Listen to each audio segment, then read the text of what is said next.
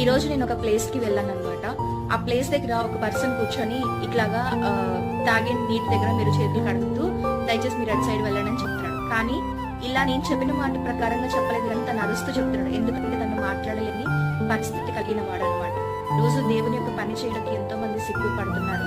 ఒకరికి మనం సహాయం చేయడం, పరిచర్యలలో సహాయం చేయడం కానీ ఏమైనా కానీ మన ఫ్రెండ్స్ ఏమంటారో, మన బంధువులు ఏమంటారో, మన నువ్వేంటి ఈ పని చేస్తున్నావు అని చెప్పి మనం ఇంకొకళ్ళు నిందిస్తారేమో, వాళ్ళు అవమానపరుస్తారేమో అని చెప్పేసి అనుకుంటా ఉన్నారు. చూడండి, దేవుని పని చేస్తున్నప్పుడు దేవుడు మీ పని ఖచ్చితంగా చేస్తాడు.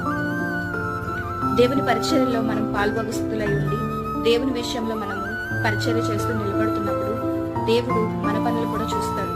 కానీ ఎలా ఉన్నా కానీ ఏం చేస్తున్నా కానీ మీరెవ్వరైనా కానీ దేవుని విషయంలో మాత్రం ఎక్కడ సిగ్గుపడకుండా దేవుని మీద మనము ఎవరిని పట్టించుకోకుండా మనం నిలబడినప్పుడు ఖచ్చితంగా దేవుడే మనకి సమాధానం దయచేసి